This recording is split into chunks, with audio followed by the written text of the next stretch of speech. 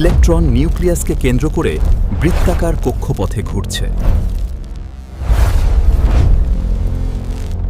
আসসালামু আলাইকুম ভিউয়ার্স, আজ আমরা ইলেকট্রনের কেন্দ্রমুখী ত্বরণ নির্ণয় করব।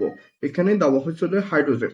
হাইড্রোজেন হলো যে পর্যায় সারণী 118টা মৌলের মধ্যে প্রথম মৌল হাইড্রোজেন। হাইড্রোজেন পরমাণু ইলেকট্রন নিউক্লিয়াসকে কেন্দ্র করে 5.2 × 10⁻11 মিটার ব্যাসার্ধের বৃত্তাকার কক্ষপথে 2.2 × 10⁶ m/1 বেগে ঘুরছে।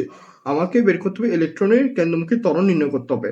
আমরা জানি পর্যায় সারণী ইলেকট্রন নিউক্লিয়াসকে কেন্দ্র করে, মানে এটা বৃত্তাকার কক্ষপথে ঘটে। সেই বৃত্তাকার কক্ষপথের ব্যাসার্ধটা 5.2 × 10⁻11 মিটার। এটা আর ওকে। আর ভি হলো যে ব্যাগটা হলো যে ইলেকট্রন যে বেগে ঘুরছে। ইলেকট্রন যে বেগে কোনো পর্যায় সারণী ঘুরছে, তার ব্যাগটা হলো যে 2.2 × 10⁶ m/1 বেগে ঘুরছে। এবার আমরা জানি এ মানে হলো যে কেন্দ্রমুখী ত্বরণ হচ্ছে এ সমান হলো যে v²/r। ভি হলো যে ওই ব্যাগের মান হচ্ছে 2.2 × 10⁶। আবার আর হলো যে ওই ব্যাসার্ধ।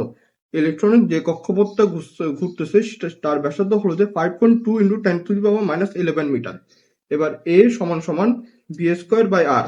এবার ভিটা আর আরটা এখানে বসাই দিব।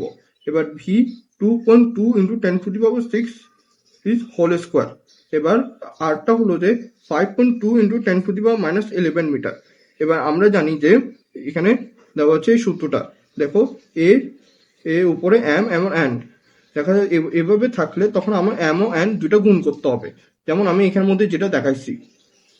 এবার আমি এখানে বলতে যাচ্ছি, দেখেন এখানে 2.2, দেখুন এখানে হোল স্কোয়ার, মানে এখানে ডাবল করতে হবে। আমাকে এটা দুইবার গুণ করতে হবে, এবং এখানে 6টা এটার সাথে গুণ হলে 12 হয়ে যাবে, মানে 6 × 2 × 2 = 12।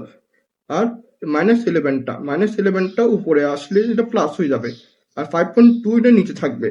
আর এখানে আনসার আসছে কত? 9.31 × 10⁻22 m/2। এটা আনসার।